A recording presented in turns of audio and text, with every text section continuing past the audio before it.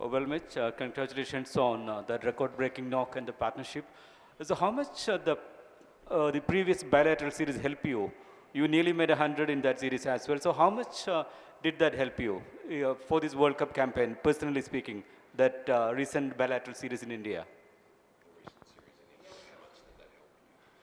Yeah, it was obviously nice to get a few runs at the back end of that series. And yeah, came into the tournament feeling pretty confident. Had a bit of a slow start, but it's been really nice to contribute to a couple of wins over the last 2 games. Mitch, how is Travis Head from your perspective? Do you know if he's available for this game, and yeah, what have you seen from him? Yeah, I think that decision will be made this afternoon/tonight. He looked good, bit of ranging last night.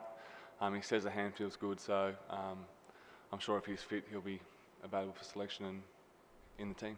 And I'm not sure if you saw Steve Smith get hit in the nets last night, but how was he, and what did you make of that? I didn't. I read your article this morning, actually, so that was the first I heard of it. Probably goes to show how bad it was. Bit of carry on from Smudge as normal, but yeah, from all reports, he's absolutely fine.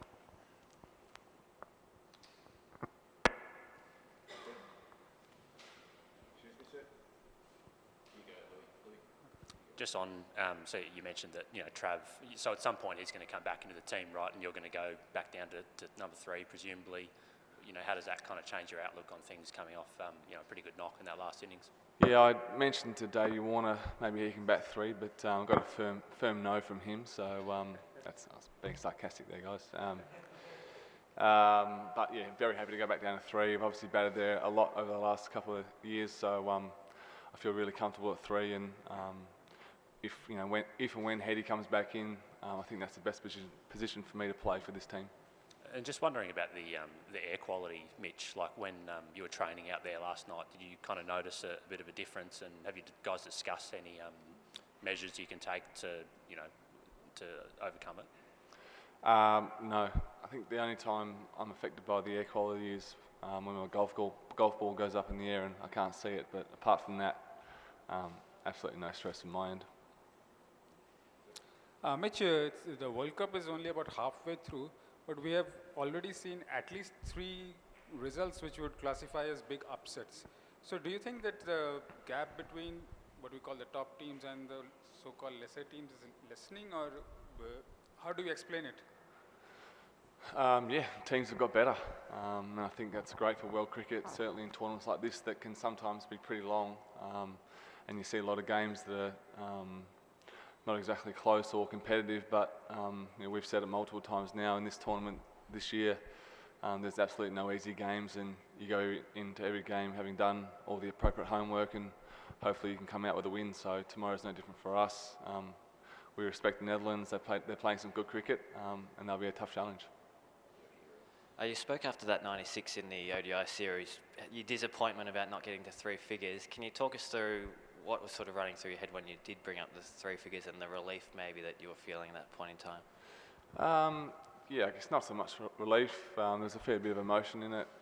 World Cups are very special to be a part of, and there's no doubt that there's different pressures that come with playing that compared to a bilateral series. So yeah, I was really excited to be able to make 100 for Australia, to have a partnership with Davey, and most importantly, after our start to the tournament, just contribute to wins. So yeah, it was a great feeling. And just on that knock, it was raised on social media that you were wearing the cap number of your brother, Sean Marsh. Yeah. Is that a deliberate move, and can you talk us through that? No, I've asked a couple of times to get my number on my cap, and they keep sending me Sean's number. So everyone here calls me Sean anyway, so it works out well.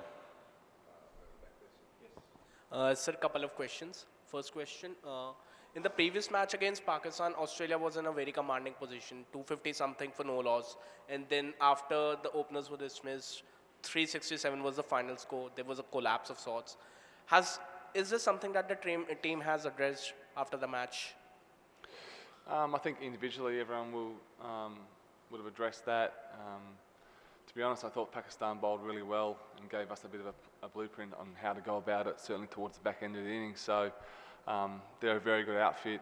We were able to get on top of them in the first half of the innings, but they came back strongly, and you expect that from teams like Pakistan. So we'll address it, and hopefully moving forward we can have a great last 10 overs and apply some pressure to other teams.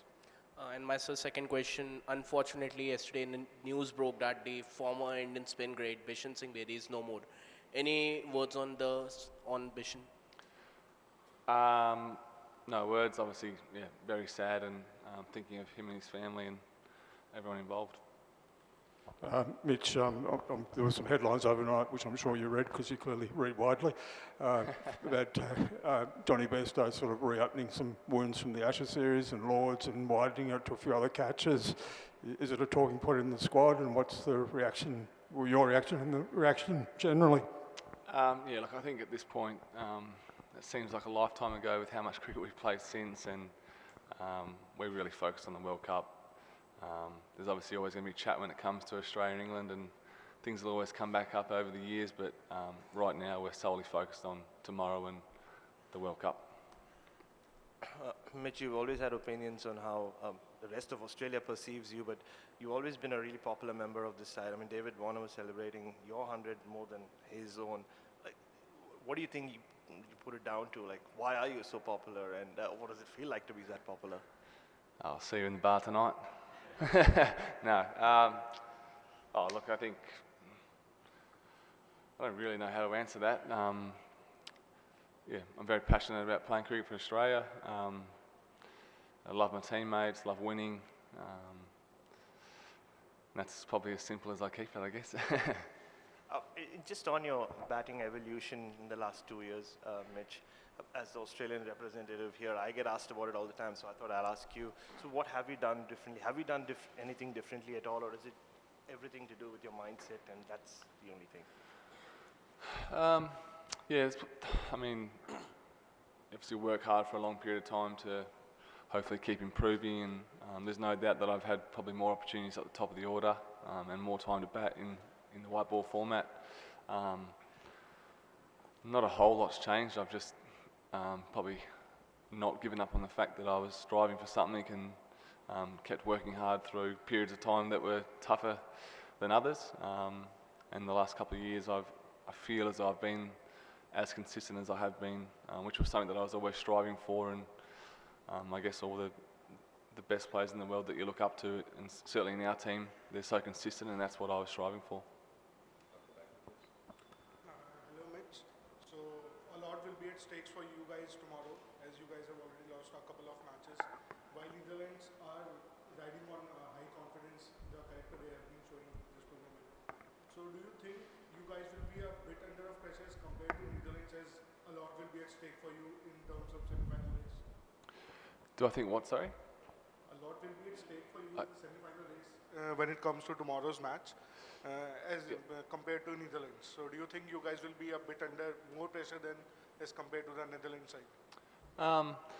I think every game from here on is really important for every team that's in the World Cup. We've seen some teams that have lost a couple, and as I said earlier, there's no easy games in this World Cup, and yeah, whoever holds that trophy in a couple of weeks' time will be deserved winners, because every game's high pressure. It's a World Cup. You're playing in front of the amazing Indian fans that are so passionate, and it's been a great experience. But yeah, every game there's high pressure and high stakes. Mitchell, Travis Head has joined the team and he's practicing. So can we see Travis Head tomorrow playing in the 11? And if yes, then who will be replaced? Travis Head. Yeah, it's a good question. I'm not sure who he'll replace at this stage, but I presume that if he's fit and he gets through today, that he'll play. But that decision will be made tonight. Yeah, Mitch, this has been a very long season for the Australian cricket team, right from the tour of India at the beginning of the year, and you have been playing high-profile series. How difficult is it on body and your mentally to play a World Cup, such a long World Cup, and then you being pushed back at the upfront in the World Cup? How difficult is it for you to cope with this grind that you have been going through from February, and what does it take when every match, as you said, has become very crucial for you at this point, and playing that ruthless brand of cricket of Australia? How difficult is that for you mentally to do that, since that you have gone through a lot, this team as a bunch has gone through a lot? Yeah, I think it's been spoken about a lot for a lot of teams, and I feel as though the schedule and the amount of cricket played is the same for every team that's here. India probably played the most cricket out of anyone, and I guess from our point of view and from my point of view, it's leaning on experience of the past. We got a team full of a lot of experience at the moment, guys who play 12 months of the year for the last probably 6 or 7 years. So we're not in unfamiliar territory, and the vibe in our team, whilst we had a slow start and we were put under pressure at times, the vibe's great. We've played really good cricket the last 2 games, and hopefully that's the case tomorrow. So there's a big carrot dangling for us in a couple of weeks' time, and our vibe's high. We're playing good cricket now, and we're looking forward to tomorrow. Well, Mitch, have you had a chat with your father after that 100 and the partnership with your father and David Boone used to have a lot of partnerships like that. Did you have a chat with him about that partnership in particular? Their partnership would have taken 4 days to get that many. So, no, he's my dad's a man of few words. He was very happy for us, and we always chat after every game. So he was pumped.